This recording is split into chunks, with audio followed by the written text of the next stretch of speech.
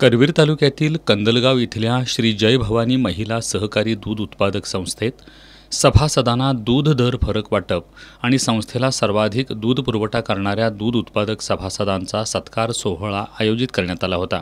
सुरुवातीला सचिव शाहू संकपाळ यांनी संस्थेच्या वार्षिक कामगिरीचा आढावा घेतला।